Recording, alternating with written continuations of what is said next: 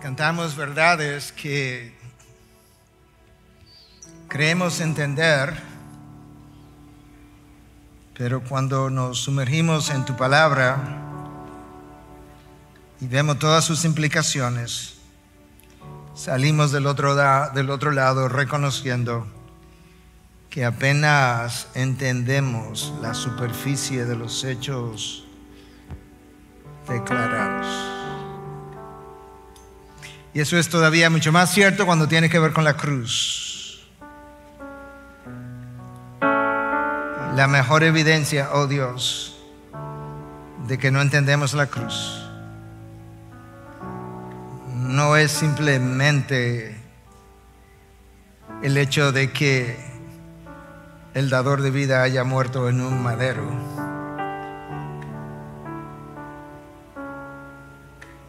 No es simplemente que el justo haya muerto en lugar del injusto. Es que no entendemos ni siquiera sus implicaciones para la vida diaria, porque como cantamos y lo que cantamos nos acusa, porque cantamos que tu cruz demanda toda mi vida y todo mi ser. Y si la verdad es conocida, vivimos midiendo hasta dónde vamos a dar de todo lo que somos y de todo lo que tenemos. De manera, Dios, que nosotros componemos canciones y mensajes muchas veces muy por encima y mucho más profundo que nuestro diario vivir. Nosotros te pedimos, yo te pido en el nombre de Cristo que tú tomes tu palabra y por medio de la llenura del Espíritu que tú puedas infundir aún en este momento, que tú puedas inspirar, llenar la boca del predicador de tu palabra inspirada, de tu palabra autoritativa, y que tú puedas hacer uso de tu Espíritu para remover escamas que aún permanecen en nuestros ojos del entendimiento, para que podamos entender, oh Dios, de una vez y para siempre el misterio de la cruz en términos de lo que implicó para tu Hijo y de lo que implica para el resto de nosotros, los demás hijos. Sé tú ahora, siendo Dios, habla, que te queremos escuchar. En el nombre de Cristo. Amén. Amén. Podemos sentarnos. Puedes tener ahí la palabra de Dios abierta en la epístola del apóstol Pablo a los Gálatas, capítulo 3. En unos minutos más tarde vamos a estar leyendo. Cuando Cristo fue hecho maldición para mi bendición, es el título de mi mensaje en esta mañana. Y yo creo que esa frase, como decía ya más temprano, explica que ciertamente no acabamos de entender lo que allí pasó. Que el Creador haya muerto en lugar de la criatura, que el Dios 3 veces santo haya sido hecho pecado aunque Él no cometió pecado, que el dador de la vida, como dijimos en la oración, terminara perdiendo la suya para darle vida a aquellos que estaban muertos, que aquel que cumplió la ley terminara maldito como si no la hubiese cumplido, para que aquellos que nunca cumplieron la ley pudieran recibir salvación como si la hubieran cumplido. La verdad es que nosotros necesitamos explorar los misterios de Dios y poder entender hasta donde la llenura del Espíritu nos permita cosas que cambiarían nuestra forma de vivir. La historia de la redención es compleja, no hay duda de eso. ¿Cómo es que Dios crea ángeles, serafines, querubines, poderes, potestades, a sabiendas de que posteriormente se iban a revelar, y lo permitió. ¿Cómo es que Dios, teniendo todo el poder del universo a su disposición, permite que Satanás siga haciendo estragos mientras él usa sus estragos para proclamar su gloria y redimir a los suyos? Es compleja. ¿Cómo es que Dios crea a Adán y Eva a sabiendas de que ellos se rebelarían contra él, y tanto lo sabía que él mismo revela que Cristo es el Cordero inmolado desde antes de la fundación del mundo? De manera que nosotros tenemos que admitir que la historia de la redención es compleja. Muchos han hecho múltiples preguntas acerca de estas cosas que yo acabo de mencionar, y respuestas han sido ofrecidas, y en ocasiones yo mismo he tenido que ofrecer algunas respuestas, pero al final del camino hay cosas que no acabamos de entender, y otras que, habiéndolas entendido, como que no acabamos de entender sus implicaciones, porque sus implicaciones debían manifestarse en nuestro caminar. De manera que yo oro aún ahora, mientras continúo hablando, para que Dios me ayude a recordar, a ampliar, a afirmar, confirmar, proclamar verdades que tú y yo necesitamos entender aún. De inicio, yo quisiera decir que la historia de la redención pudiéramos dividirlas en pactos. Y esos pactos pudiéramos agruparlos bajo dos grandes sombrillas: un pacto de obras y un pacto de gracia con subdivisiones. De acuerdo con la teología del pacto histórica, para diferenciarla un poco de la teología del pacto más contemporánea, pero la teología del pacto histórica entiende que Dios hizo, y así lo entendemos nosotros, por razones contundentes, que Dios hizo un pacto de obras, un solo pacto con Adán y Eva, no otro.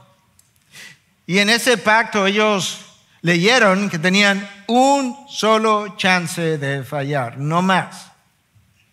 El día que peques, morirás. Y cuando así ocurrió, así murieron. No solamente murieron espiritualmente, pero fueron expulsados de la presencia de Dios sin un segundo chance. Y las consecuencias fueron tan desastrosas que estas no se limitaron simplemente a sus vidas, lo cual hubiese sido como justo, pero fue igualmente justo que toda la creación fue sometida a corrupción. Porque una primera pareja que recibió un pacto de obra con una sola oportunidad de fallar, decidió darle una mordida a una fruta, y esa mordida llevó a toda la creación a la maldición. Eso nos da desde el inicio una idea de la santidad de Dios, de la irreverencia que implica transgredir su ley. Ese es el mundo en el que nosotros vivimos. Y estas son las consecuencias que todavía nosotros cosechamos hoy y que reproducimos y multiplicamos hoy. Nuestros mejores representantes fallaron a la hora de cumplir un pacto de obra con Dios.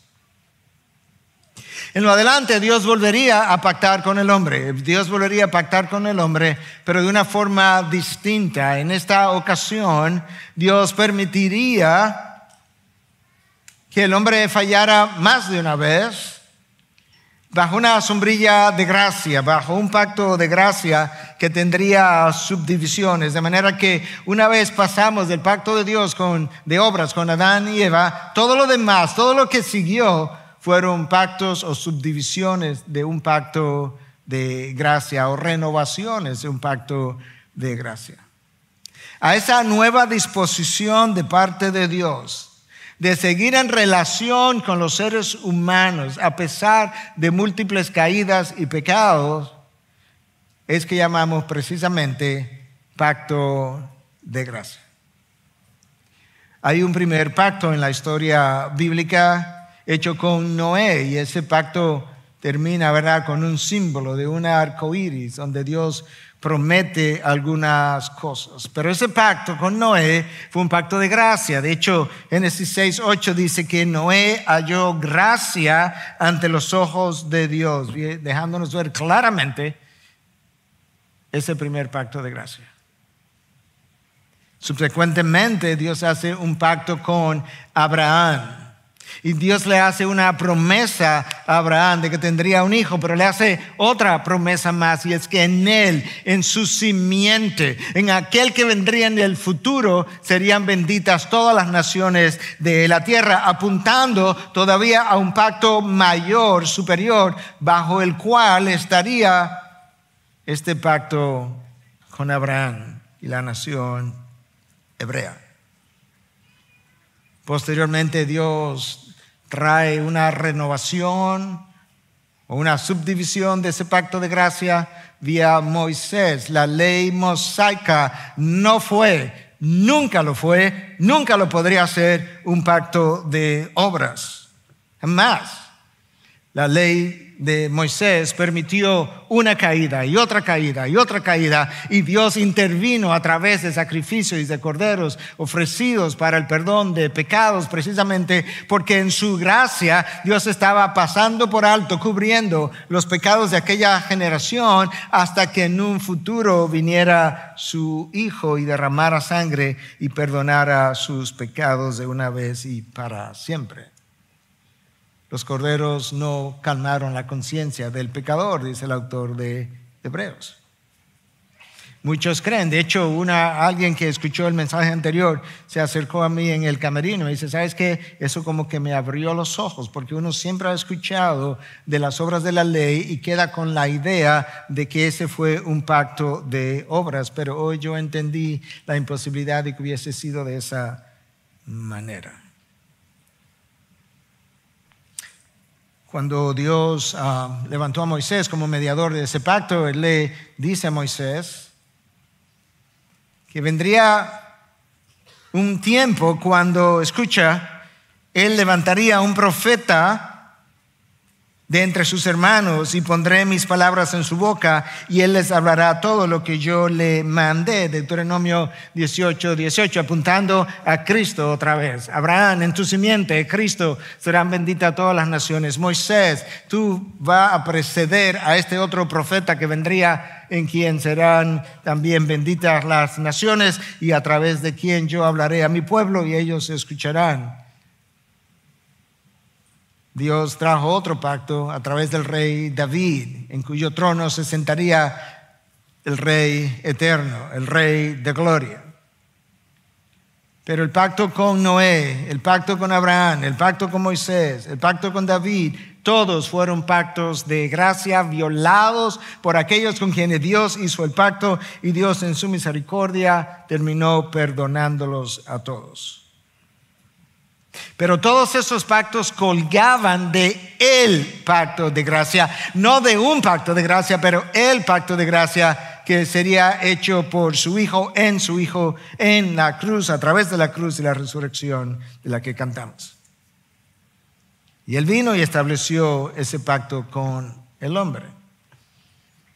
Escucha lo que R.C. Sproul dice acerca de estos pactos que estamos hablando. Todo esto porque es vital que tú puedas entender estas cosas antes de entrar al texto de Gálatas, porque el poder no solamente entender mentalmente lo que Pablo está diciendo, pero poderlo de entender de una manera que cambie tu vida requiere ese entendimiento.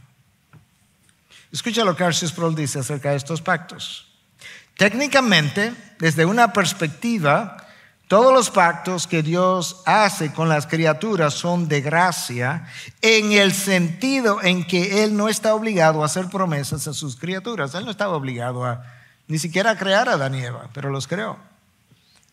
Pero R.C. entendió que ese primer pacto fue de obras.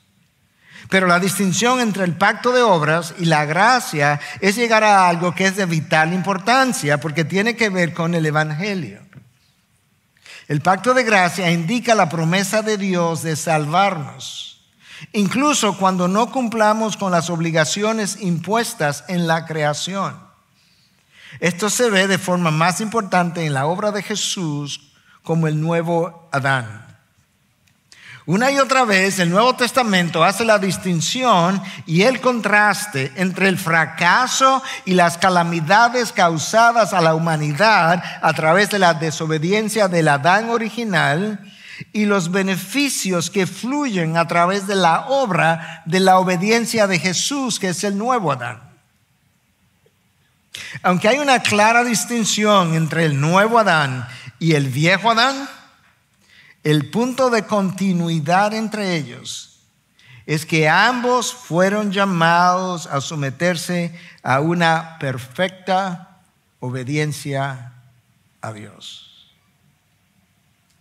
Se habla en ocasiones del pacto de Dios con Dios, donde Dios Padre le exige al Hijo un pacto de obras, donde Él tendría que obrar y tenía un chance de fallar y no más. Cristo cumplió a la perfección las obras de la ley, lo cual nadie había podido hacer ni ha podido hacer hasta ahora. A ese cumplimiento de las obras de la ley llamamos la obediencia activa de Jesús, donde Él activamente cumplió con todos y cada uno de los requisitos impuestos por la ley. Es esa obediencia activa de Cristo que nos da, que nos permite recibir sus méritos en nuestra cuenta, como si nosotros hubiésemos obedecido la ley, y son sus méritos los que nos permiten entrar al reino de los cielos. Cuando Cristo fue a la cruz y murió sin quejarse y aceptando todo el peso de la ley de parte de Dios Padre, a eso llamamos la obediencia pasiva de Jesús, y es su obediencia pasiva la que me perdona de pecado, pero es su obediencia activa la que me pasa de un estado neutral donde mis pecados han sido perdonados a un estado donde yo tengo méritos para entrar, pero no los míos sino los de Cristo. ¿Hasta ahí vamos bien? ¿Se va entendiendo? Adán y Eva, sin una naturaleza pecadora, fueron incapaces de cumplir con la ley de Dios. Y ahora nosotros, que sí tenemos una naturaleza pecadora, somos más incapaces de cumplir con la ley de Dios. Y esa es la razón por la que Pablo está chocado,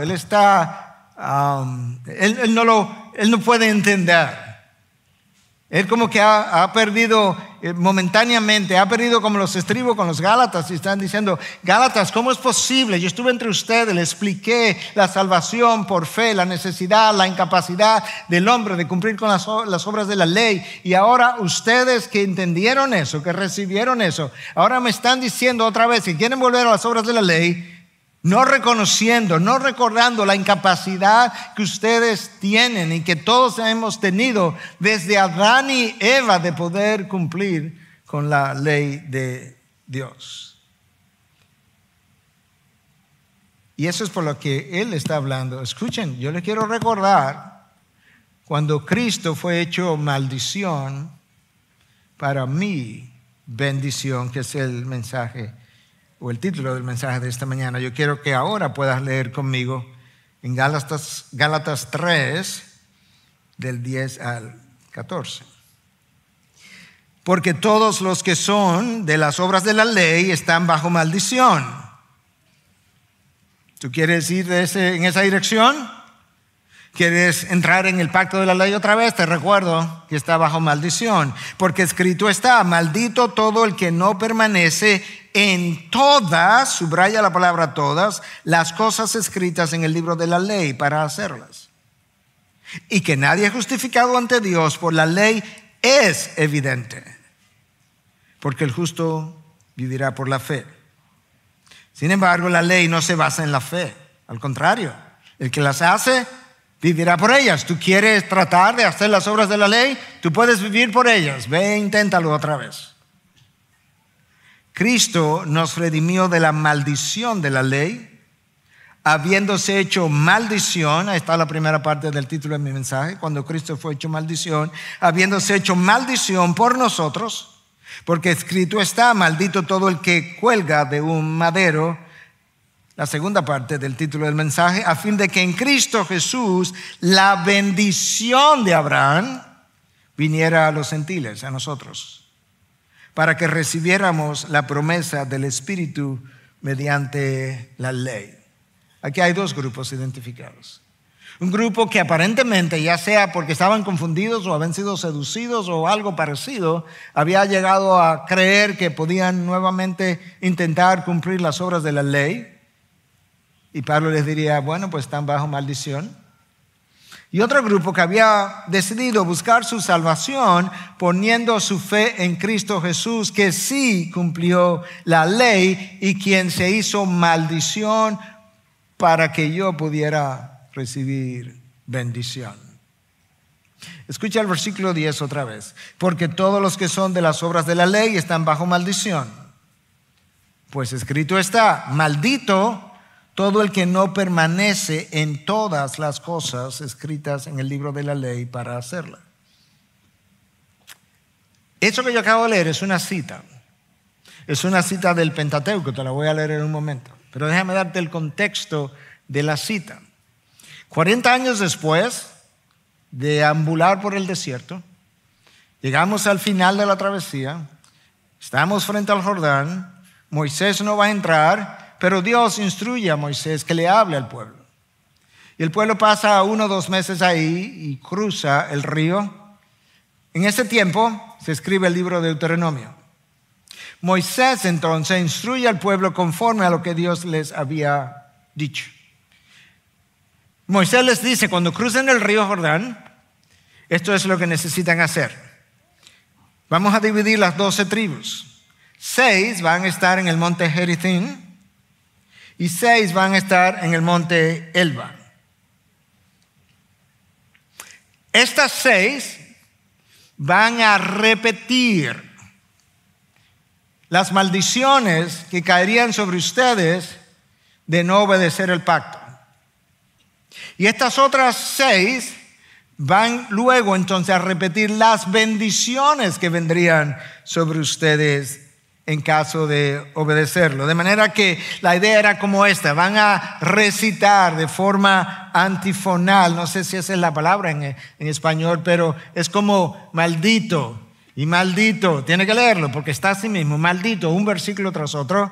Y luego entonces este otro grupo, y bendito este, y bendito aquel, y bendeciré aquel, y bendeciré al otro.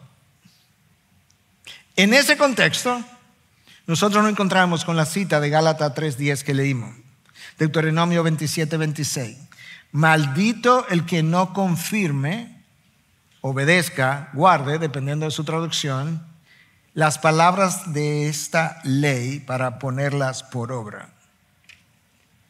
Y entonces, mientras estas tribus estaban supuestas a decir esto, escucha lo que dice ahora: y todo el pueblo dirá amén. Es como que el pueblo va a escuchar este último versículo que leí acerca de que maldito es todo aquel que no permanezca, no obedezca las obras de la ley. Y el pueblo va a decir, sí, así sea, que sea exactamente de esa forma sobre nosotros. Pablo conocía la ley. Y Pablo sabía, llegó a entender no solamente la ley, llegó a entender cómo es que la ley nos maldice. Pero la palabra de Dios también declara la incapacidad que el hombre tiene para cumplir la ley. Y no lo hace en el Nuevo Testamento simplemente. No, está revelado desde el Antiguo Testamento, no solamente en Hechos, donde los mejores fallaron, sino que lo declara en palabra. Escucha, Primera Reyes 8:46. Pues no hay hombre que no peque. No hay, ni uno, ni siquiera uno. Isaías 53:6. Todos nosotros nos descarriamos como ovejas, nos apartamos cada cual por su camino. Todos nosotros. Eso es el Antiguo Testamento. Romanos 3:10. No hay justo ni aún uno. Pero eso es una cita del Antiguo Testamento. No hay justo ni aún uno. Romanos 3:23, por cuanto todos pecaron y no alcanzan la gloria de Dios. Como eso es una imposibilidad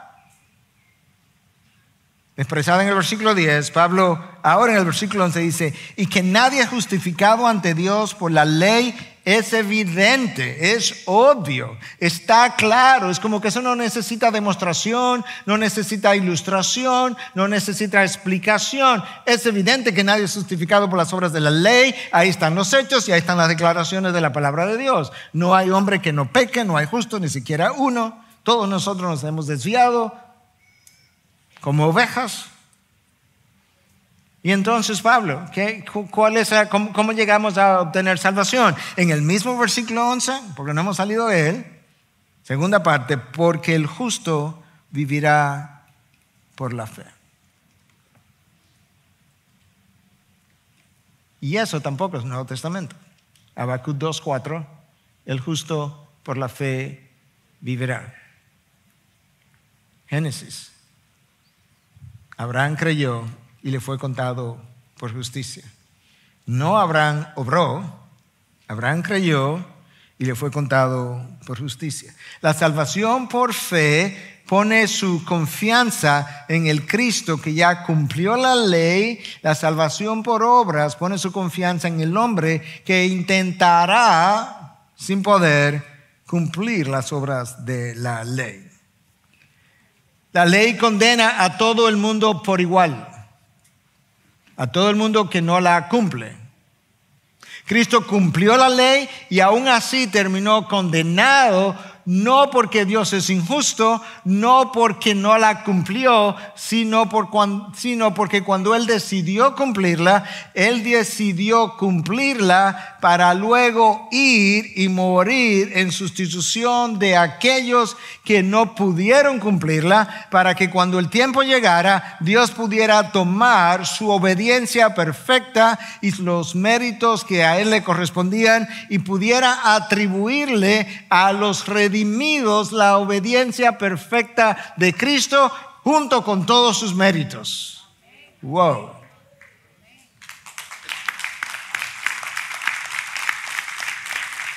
Y Él tomó sobre sus hombros la maldición que debió haber caído sobre ti y sobre mí.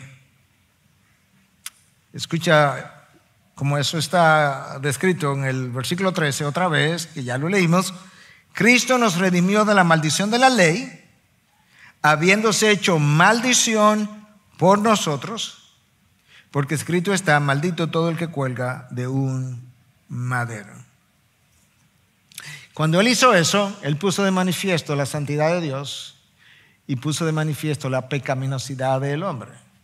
Puso de manifiesto la santidad de Dios porque fue precisamente el Dios santo, de acuerdo a Romanos 3, 23 al 26, el que clavó a su Hijo en la cruz porque había pasado por alto los pecados de los hombres y alguien tenía que pagar aquello que había sido violentado o por aquello que había sido violentado, porque en el reino de los cielos el que la hace la paga. O la paga Cristo en la cruz o la paga el pecador en el infierno. Pero su santidad no quedará sin ser reivindicada. La cruz también puso de manifiesto la pecaminosidad del hombre, porque es mi pecaminosidad lo que hace que Cristo en la cruz sea tratado brutalmente si Él iba a morir en mi sustitución, porque eso era precisamente lo que a mí me correspondía. Es la cruz que a mí me ayuda a entender la gravedad de mi pecado.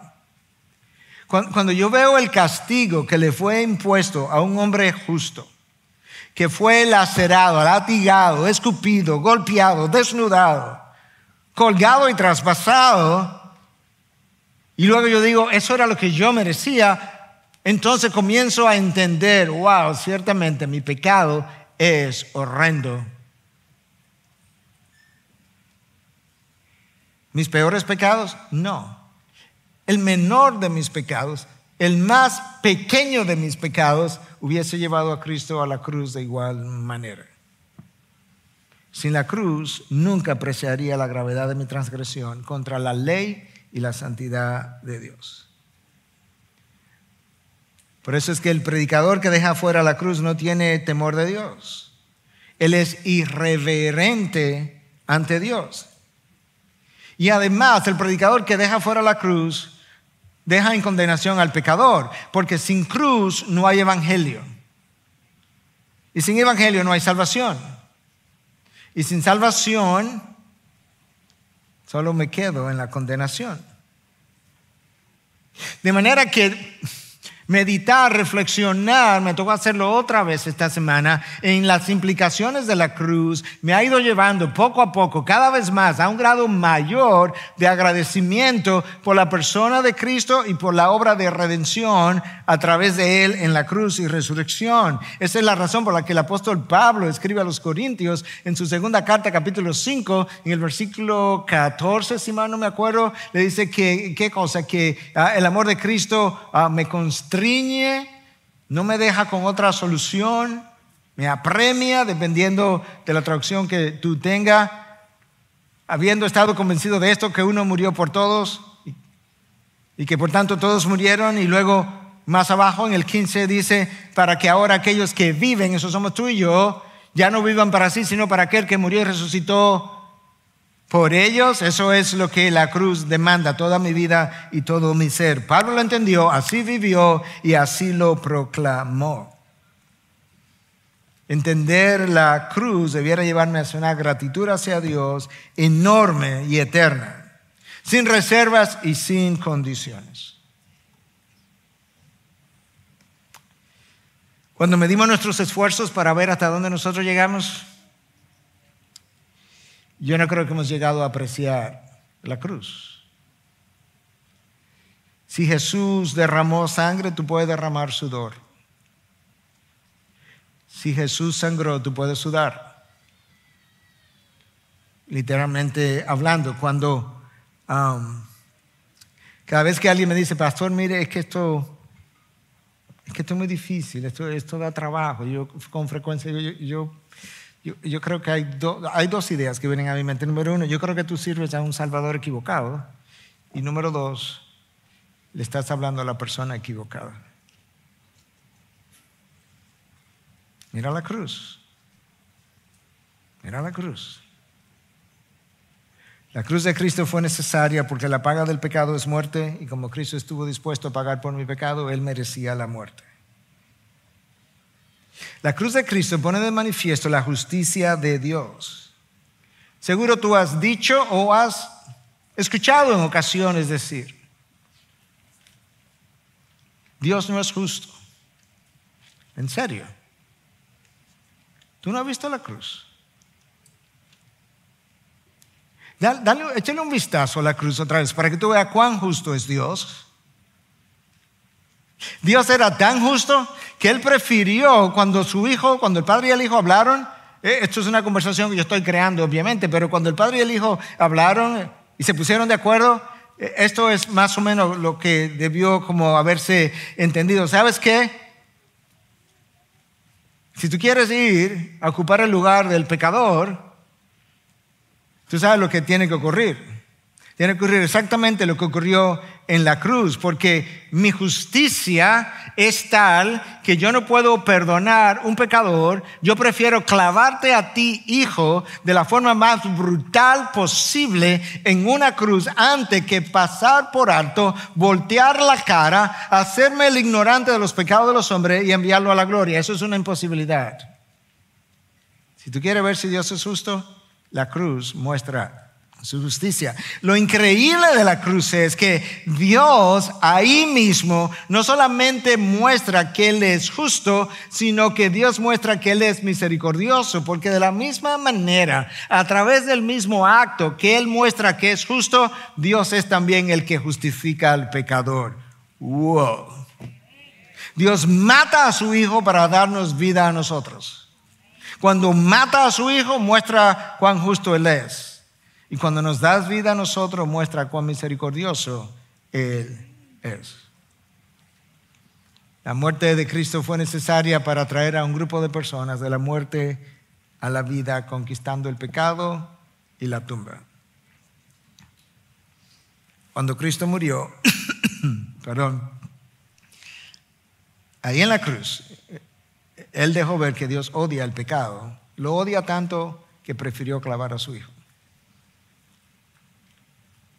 Y no solamente mostró eso, sino que al mismo tiempo mostró que Él ama al pecador, a quien Él ha elegido y por quien Él dio a su Hijo en ese madero.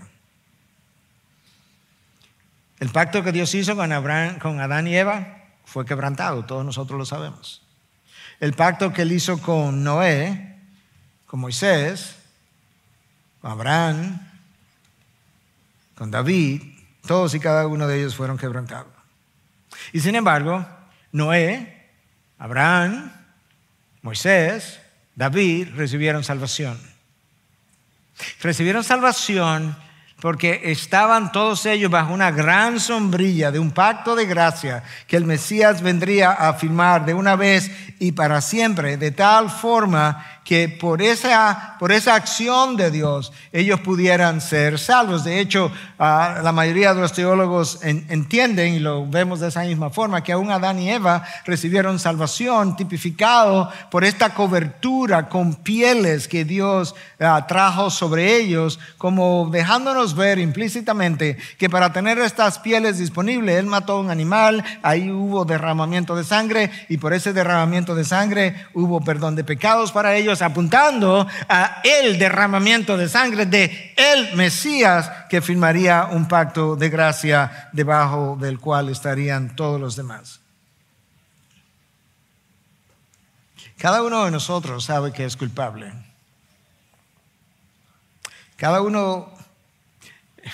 Nosotros sabemos que somos culpables porque nuestra conciencia no nos deja pasar por alto nuestra culpabilidad. De hecho, aún personas que han sido consideradas como antisociales y que han llegado a cometer crímenes, no pudieron dormir tranquilo todas las noches.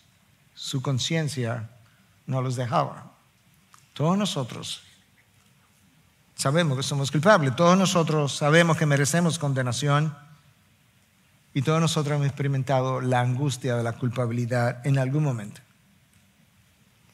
Lo que nosotros no tenemos tan claro es cuán grande es nuestra culpa.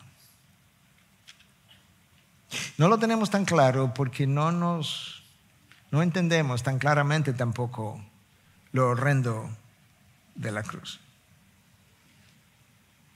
La muerte de Cristo fue injusta y cruel para Él. Injusta y cruel para Él, justa y merecida para nosotros. Porque Él murió en sustitución del pecador. Y Dios hizo que su Hijo pagara por eso. Que Dios se encarnara y viniera en forma de hombre era inconcebible para la mente hebrea. Inconcebible.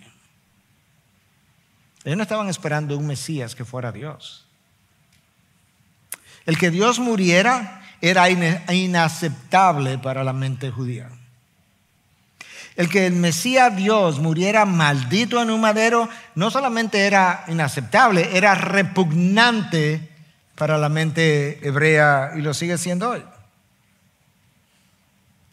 De hecho, yo creo que el mismo Satanás, que no es omnisciente, que tiene una sabiduría finita, en la eternidad pasada, yo no creo que Él se percató de que Dios podía concebir un plan de redención para rescatar a la raza humana que pudiera dar resultado precisamente conociendo Él mismo en su propia existencia la incapacidad para cumplir la ley de Dios a menos que te mantenga en dependencia de ese Dios y bajo su señorío. Yo no creo que Satanás estoy convencido que no tuvo la sabiduría que Dios sí tuvo y por tanto no podía como entender cómo es que Dios puede concebir un plan que pudiera permitirme revelar, hacer mis malas acciones y que eventualmente Él use mis mismas malas acciones, incluyendo la crucifixión de su Hijo, para llevar a cabo la redención. Yo creo que esa sabiduría escapaba Satanás. Y esa es la razón por la que yo creo que Pablo escribió a los Corintios en su primera carta, capítulo 2, versículos 6 al 8, y dice: sin embargo, hablamos sabiduría entre los que han alcanzado madurez, pero una sabiduría no de este siglo, ni de los gobernantes de este siglo que van desapareciendo, sino que hablamos sabiduría de Dios en misterio. La sabiduría oculta que desde antes de los siglos Dios predestinó para nuestra gloria. Pablo está diciendo: yo estoy tratando de desenrollar esta sabiduría de Dios anterior a la creación, que en el tiempo, cuando se llevara a cabo, iba a resultar en ¿qué cosa? Aquí está, yo te lo acabo de leer: para nuestra gloria. Wow. Esta sabiduría que ninguno de los gobernantes de este siglo ha entendido, porque si lo hubieran entendido no habrían crucificado al Señor de gloria. La cruz, el diseño de la cruz, no de la crucifixión en el sentido humano, que era el método preferible de la pena capital de los romanos. No, el diseño de la cruz en términos de los logros alcanzados es algo que yo creo que escapó la sabiduría de todas las criaturas. Y Dios ha estado mostrando dicha sabiduría. La cruz puso de manifiesto esa sabiduría infinita de Dios y por tanto inconcebible para la mente humana. La cruz puso de manifiesto la justicia de Dios perfectamente santa, que no negocia con el pecado y que se atreve hasta clavar a su hijo para no hacerlo. La cruz puso de manifiesto la ley de Dios finalmente satisfecha por Cristo, en Cristo, dejándonos saber, como ya mencioné, que ciertamente el que la hace la paga. Y como Cristo murió en lugar de aquello que la hemos hecho, Él la pagó. La cruz puso de manifiesto la compasión de Dios, que mueve a buscar al pecador, que lo mueve a Él a buscar al pecador, y después de encontrarnos, lo sigue moviendo continuamente para garantizar que no nos quedemos en el camino, sino que entremos en gloria. La cruz de Cristo pone de manifiesto el amor de Dios, el amor inexplicable, inagotable, invariable, interminable, incondicional, leal y eternal. La cruz pone de manifiesto ese grado de amor. Déjame decírtelo otra vez: inexplicable, inagotable, invariable, interminable, incondicional, leal y eternal por el resto de la humanidad. Con amor eterno te he amado, dice Dios, desde la antigüedad. Es la cruz que pone de manifiesto la gracia de Dios, que pacta con el hombre y luego Él tiene que salir a pagar el pacto que Él hizo con el hombre porque el hombre no lo obedeció.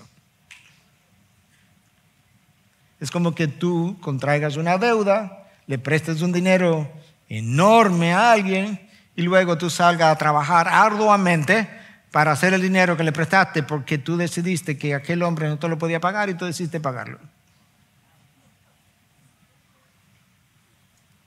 Y decidiste pagarlo para que él no cayera preso. Imagínate algo como eso.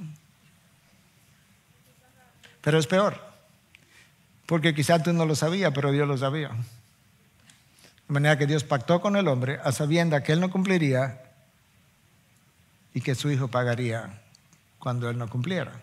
De hecho, eso se ve, no tengo tiempo hoy, pero quizás en el próximo mensaje, cuando Dios pacta con Abraham y confirma el pacto y le manda a partir estas aves en dos mitades. Eso era como se firmaban los pactos antes. Tú cortabas un pacto y los que estaban dentro del pacto pasaban en medio de las dos mitades. Cuando Dios hizo eso con Abraham, Dios pasó representado por una columna de humo. Abraham debió haber pasado, pero no pasó. Porque Dios sabía que él iba a tener que pagar por Abraham en la simiente de Abraham. Escucha lo que el apóstol Pablo escribe en 1 Corintios 1:30. Pero por obra suya están ustedes en Cristo Jesús, el cual se hizo, o sea, Cristo se hizo para nosotros, sabiduría de Dios. La sabiduría de Dios que concibió esto, bueno, Él la vino a ejemplificar, a vivir, a mostrar. Sabiduría de Dios y justificación y santificación y redención. Él es tu justificación, Él es tu santificación, Él es tu redención. Y Cristo se hizo todo eso por nosotros. Yo creo que no nos debe sorprender cuando Pablo escribe a los Corintios y le dice entonces, por eso cuando yo vine a ustedes, yo vine a predicarle a Cristo y a este crucificado. ¿Por qué, Pablo? Porque Él es tu justificación y Él es tu redención y Él es tu santificación. Por eso yo vine a predicarte a Cristo crucificado, o a Cristo y a este crucificado. Por eso que Pablo está alarmado con los Gálatas. Es Pablo, Gálatas, yo estuve allá, yo le expliqué esto, la salvación por fe, los requerimientos, la imposibilidad de cumplir la ley, la necesidad de que ustedes creyeran en Cristo Jesús, el nuevo Adán, y ahora ustedes están tratando otra vez de regresar a las obras de la ley. ¿Quién fue que los hechizó, como vimos la semana pasada? Escúchalo otra vez, versículo 13. Cristo nos redimió de la maldición de la ley, habiéndose hecho maldición por nosotros, porque escrito está, maldito todo el que cuelga de un madero. Si nosotros predicamos y dejamos la cruz afuera, deshonramos al Hijo y ofendemos al Padre. Deshonramos al Hijo y ofendemos al Padre. Cuando Cristo fue y se colgó en ese madero, ya Él había cumplido la ley. Le quedaba simplemente cumplir con lo que tenía que hacer en la misión, en la cruz. Y cuando Él estaba ya a punto de expirar, de morir, Él dice, ¿qué cosa? Tetelestai, consumado es. Todo ha sido hecho. Wow. Ya no hay más que pueda agregar, no hay obras. Todavía en el día de hoy, dijimos, billones de personas están contando con hacer obras. No importa si son de la ley o no de la ley, con hacer obras pensando que esas obras pueden agregar algo a su salvación, cuando Cristo dijo, consumado es, hecho está, todo ha terminado. No le puede agregar nada a mi sacrificio suficiente en la cruz. Hay una sola cosa que puede hacer, y es que confíe en lo que te estoy revelando, de que mi sacrificio es sustitutivo en tu lugar, y mi sacrificio al mismo tiempo es quien expía, es expiatorio, es quien perdona, o es lo que perdona tu pecado. Tetelestai, una sola palabra en el griego. Alguien dijo que esa es la palabra más grande que el hombre más grande haya pronunciado en el día más grande. La palabra más grande que el hombre más grande haya pronunciado en el día más grande. Desde la caída de Adán, en ningún lugar del planeta se ha pronunciado una palabra de tanto peso.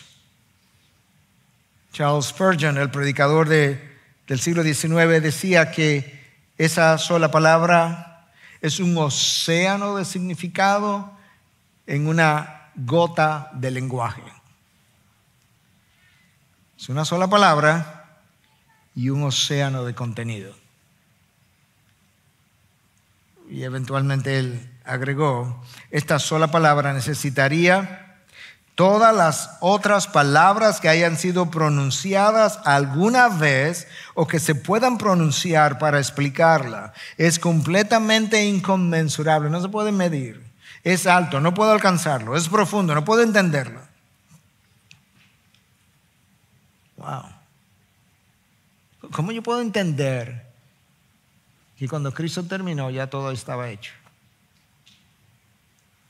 Es una palabra que no fue Cristo que la acuñó. Cristo la tomó prestado, por así decirlo, del lenguaje diario. Es una palabra que había sido usada por esclavos y siervos cuando recibían una misión de parte de sus amos. Cuando ellos terminaban, se sentían como seguros que el amo no le iba a castigar por algo. Ellos iban donde él, le decían, amo, tetelestai. Está hecho, lo puedo inspeccionar si tú quieres. Es una palabra que fue usada por artistas. Cuando ellos estaban contentos con algo que estaban pintando, o estaban haciendo y lo revisaban y ya no había más nada que hacer. No había que continuar trabajándole. a eso que estaban haciendo, ellos decían, Tetelestai. Ellos miraban su obra. Es como Leonardo da Vinci, que pintó unas manos 1000 veces hasta que estuvo satisfecho, de manera que cuando él iba por la vez número 900, él no podía decir Tetelestai, no estaba satisfecho. Cuando terminó, no estoy diciendo que él pronunció la palabra, pero pudo haber dicho, ahora sí, Tetelestai. Desde la cruz, para poder ilustrarte lo que estoy diciendo, yo creo que Cristo contempló el tapiz que Dios estaba entretejiendo. Y ahí desde la cruz, contemplando el tapiz, Él vio a través del túnel del tiempo y vio Génesis 3:15, la simiente de la mujer, la simiente de Eva, apuntando a Él, le aplastaría la cabeza a Satanás. Estamos a punto de hacer eso cuando yo muera aquí y desearme los poderes de las tinieblas. Desde la cruz Él contempló el tapiz de la historia y vio a Abraham que estuvo a punto de sacrificar a su hijo, a Dios deteniendo el cuchillo, diciendo, no, eso es lo que yo voy a hacer con mi hijo en el tiempo, y la simiente, en tu simiente serán benditas todas las naciones de la tierra. Yo creo que en la cruz Cristo pudo haber contemplado y haber dicho cuando vio a Noé, la palabra Noé significaba reposo. Yo soy el reposo al que apuntaba Noé. El arca de Noé, no, yo soy la arca a la que apuntaba Noé, porque a través de la historia de Noé lo que tú ves es Dios revelando que Él trae salvación a través de juicio, la salvación de 8 personas a través del juicio universal sobre la tierra. De esa misma manera, en la cruz Dios estaba revelando que Él traía salvación a través de juicio. El juicio en la cruz es lo que trae salvación para nosotros. Él es la verdadera arca. Desde la cruz Cristo pudo contemplar a Moisés, quien no pudo entrar a la tierra prometida, y pudo contemplar la ley de Moisés y decir, hoy yo estoy terminando de cumplir la ley de Moisés, y aquí con estos clavos la voy a dejar clavada en este madero, de manera que jamás acuse al pecador que viene a mí arrepentido. Colosenses 2, 14 y 15. Allí colgaba el descendiente de David, que cumplió el pacto que David no cumplió y que se sentaría en su trono. A ese tapiz es que me estaba refiriendo cuando simbólicamente decía, es como el artista que contemplaba su obra y decía, Tetelestai. Los sacerdotes usaban la palabra cuando inspeccionaban el cordero y lo encontraba de 1 año de edad, sin mancha, sin defecto. Decían, Tetelestai, está perfecto, aquí está, lo puedes sacrificar. Cristo está ahí como el cordero perfecto, siendo inmolado. Tetelestai era usado por los comerciantes cuando habían contraído un préstamo y deuda con alguien y quedaba un pagarés todavía, ese último pagarés.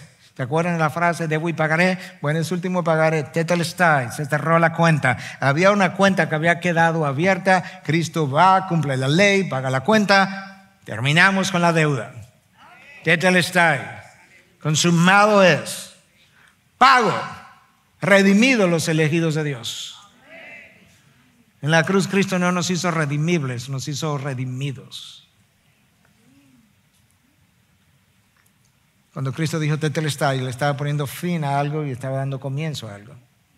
Él puso fin a los sacrificios del Antiguo Testamento. ¿Tú recuerdas los sacrificios del Antiguo Testamento? El sacerdote tenía que ofrecer uno en la mañana y uno en la noche, y después todos los sacrificios que vinieran en el camino, traídos por pecadores que venían a arrepentirse delante de Dios todos los días. Y esto tenía que quedar tan claro que el sacrificio no podía calmar y perdonar los pecados de aquellos que venían, simplemente podía cubrirlos. Fue tanto así que el sacerdote no se podía sentar todo el día,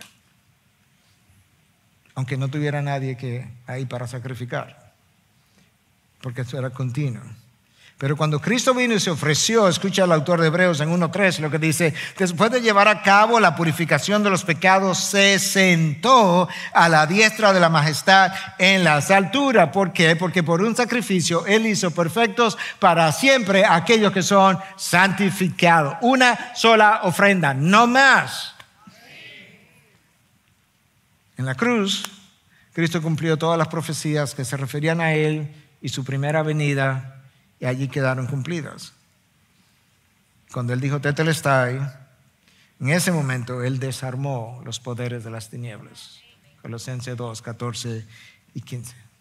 De manera que Tetelestai simbolizó el fin de toda una larga era y el inicio de una nueva era hasta la eternidad. Y ese día Cristo firmó con sangre un mejor pacto con mejores promesas. Un pacto eterno. A través de un mejor mediador. Escucha, un pacto que no dependía de mi obediencia, sino de la suya. Wow. Un pacto que nos entregó una ley no escrita en un documento, sino en nuestros corazones, como había sido profetizado a través de Jeremías y Ezequiel. Un pacto que nos permitiría una vez y por siempre obedecer, no por miedo a las consecuencias o por obligación, sino por amor a Dios. Un pacto que no fue dado a una sola nación, la nación hebrea, como los pactos anteriores, sino un pacto que permitiría que gente de toda tribu, lengua, pueblo y nación pudiera juntarse y adorar a nuestro Dios como un solo pueblo. Un mejor pacto con un mejor mediador. Y esa es la razón, escucha, gente de todo pueblo, tribu, lengua y nación, donde tuve parte de eso en el texto de hoy. Míralo aquí, versículo 14. A fin de que en Cristo Jesús la bendición de Abraham, una sola nación, la nación hebrea, viniera a los gentiles, pueblo, tribu y nación, para que recibiéramos la promesa del Espíritu mediante la fe. Tanto ellos como nosotros, la promesa del Espíritu mediante la fe. La salvación siempre ha sido por fe, por medio del Espíritu que nos regenera, y por confianza y creencia en el Dios que nos redimió. Y esa es la razón entonces, cuando tú comienzas a entender todas estas cosas, por la que tú debieras recordar y la palabra debiera retumbar en tu mente: Tetelestai, consumado es, Tetelestai, consumado es, Tetelestai, consumado es, hecho está. Y tú puedas recordarte a ti mismo y recordarle a tu enemigo cuando te acusa: escúchame, todo ha sido hecho, todo ha sido concluido, la ley ya no me puede condenar porque Cristo me ha redimido, me ha salvado, me ha garantizado, tiene un lugar preparado para mí, y ahora yo quiero obedecerle, no porque yo tengo una obligación, no porque yo quiero salvación, yo quiero obedecerle porque yo le amo y porque Él ha hecho posible, no solamente que le ame, sino que yo pueda estar agradecido, que yo pueda entender y celebrar y proclamar por el resto de la eternidad que Cristo es Señor y Redentor de todos aquellos que hemos llegado a la presencia de nuestro Dios. Padre, gracias. Gracias en Cristo. Gracias por Cristo. Gracias por su increíble intercambio, donde Él me dio lo que yo no tenía para hacer posible lo que yo no podía. Gracias porque tomó mi pecado y me dio su rectitud. Gracias porque se hizo maldición para que yo recibiera bendición. Gracias porque murió como un maldito para que yo viva como un bendito. Padre, gracias, gracias, gracias por un intercambio que ninguno de los hombres de este siglo, de esta era, de este lado de la gloria, es más, ninguno de los ángeles caídos, es más, de los ángeles no caídos, pudo haber concebido algo como lo que tú en tu sabiduría eterna concebiste para salvar a los hombres y salvar tu creación. Todavía no lo entendemos, pero gracias por dejarnos ver en buen dominicano un cachito de tu sabiduría. Y aún ese destello de tu sabiduría nos asombra, nos humilla, nos honra, nos bendice y debiera movernos. Gracias por tu precioso y glorioso intercambio en Cristo Jesús. Amén, amén. Bendiciones. Gracias por acceder a este recurso. Espero que haya sido de gran bendición para tu vida. Te sugiero que te suscribas a este canal de forma que tú puedas recibir notificación la próxima vez que hayamos subido un nuevo recurso que pueda servirte de instrucción y bendición.